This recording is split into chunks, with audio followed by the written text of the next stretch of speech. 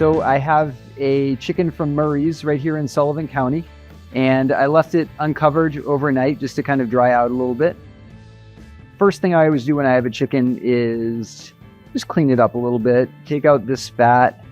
You can save this, you can render it, schmaltz. So the first thing I do when I'm going to cut a chicken is squeeze it right here. So you're putting your thumb right between the breast and the leg on one side and your other fingers there. And that just kind of helps hold the skin tight. And then you can get in and maintain maximum skin for the breast.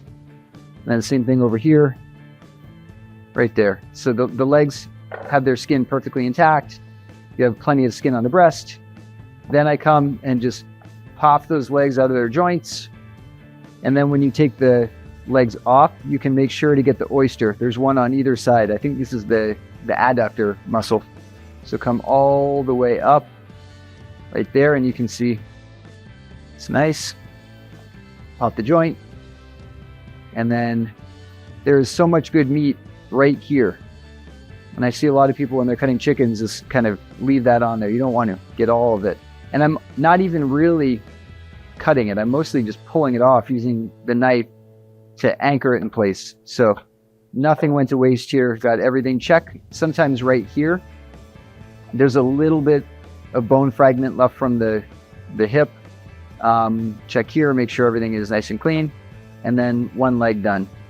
Same thing over here. Come all the way up and make sure you're getting the oyster. Same thing, pop that joint. And then again, I'm hardly even cutting. I'm just kind of using the knife as a pivot point. Look for fragments. That's clean, good to go. So the legs are off. Now what we're going to do is remove breast skin in one piece. We want as much as we can. So we're going to come all the way up above the wing. We don't want to cut into the breast. We just want to get all that skin.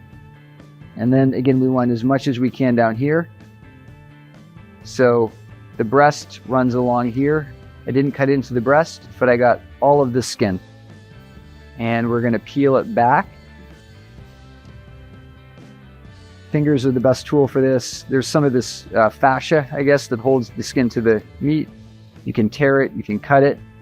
And then along the sternum, there's a lot more fascia, so it's anchored here. So I do use the tip of a sharp knife just to kind of loosen it up, being careful not to cut the skin, because we want that skin intact.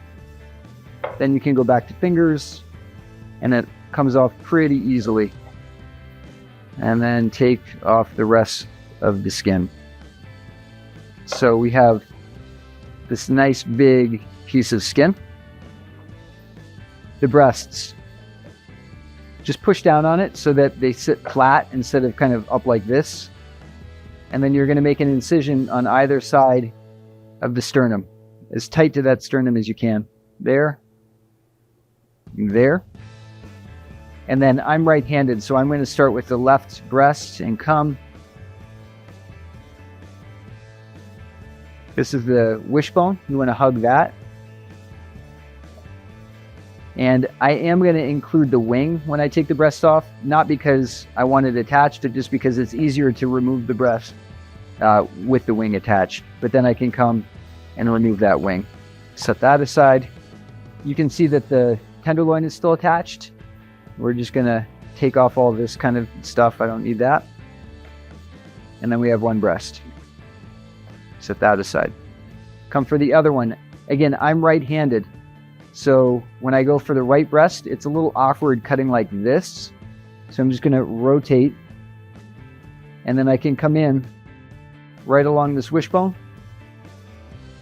Hug that. There. And then I can start to kind of trace along the ribs to remove this breast. Once I get it about halfway off, I'm going to come in perpendicular to the sternum, straight through, and just take that off. Here, hugging the ribs, that comes off. And this came off without the wing. That's fine, because it came off really nice and clean. You can go into the schmaltz pile. And then I have the breasts. I'm going to take this wing off just because I want to eat wings later. Put that there. And then you can save this for your chicken stock. I take this skin off what is like the back of the neck or the back, just because it's really fatty. And when I'm making chicken stock, I don't want a lot of fat in it. So this can go in the schmaltz pile. And then the bones can go in a pile for stock later. And chicken is broken down. Okay, so when I'm cutting chicken legs, one thing I like to do is just make sure there's no bone fragments up by the oyster. Make sure everything looks pretty clean. Square that off.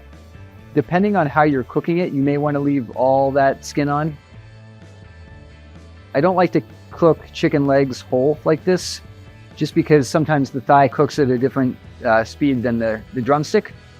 So to separate them, you can kind of see where the bend is and just cut straight through. And you're only cutting through cartilage, so it should go through pretty easily.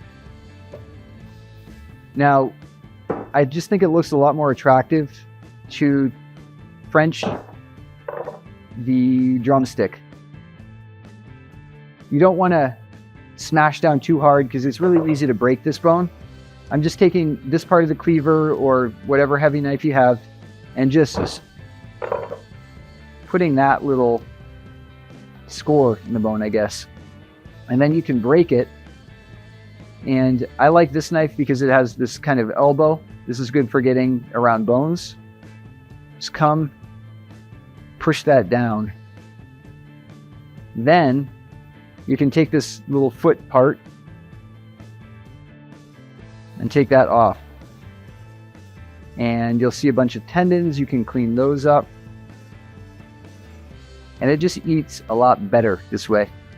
If there is some cartilage or whatever, just scrape that down. And if you want to go really crazy about it, when you cook it, you can wrap this bone in aluminum foil to make it stay nice and white, but I don't usually get that crazy. And this is just a better way to cook and to prepare a drumstick. As far as the thigh goes, sometimes I like to cook it on the bone. Other times I like to in order to get the skin really crispy, it's best to press it. And to press it flat, you got to take the bone out. So just make a little incision along the thigh bone. And then on the left side. And then on the right side. You see a lot of butchers kind of holding the knife like this. I feel like I get better control if I'm holding it almost like a pencil. But I'm just tracing along the bone. And then I'm even coming under it. And then almost with your fingers, you can separate that thigh and take it out. Be sure to save this for your stock.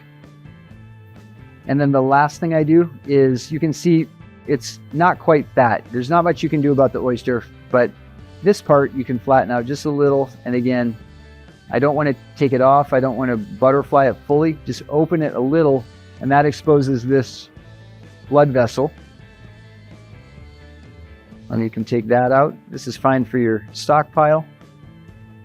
And then you're glad that you saved that little bit of skin, because this opens up more and it covers up that part that you just freed up. So this will get very, very, very, very crispy in a cast iron pan, skin side down. If you want to put something on top to press it, it'll get super crispy. So breasts, wings, legs, skin, bones for stock, fat for schmaltz.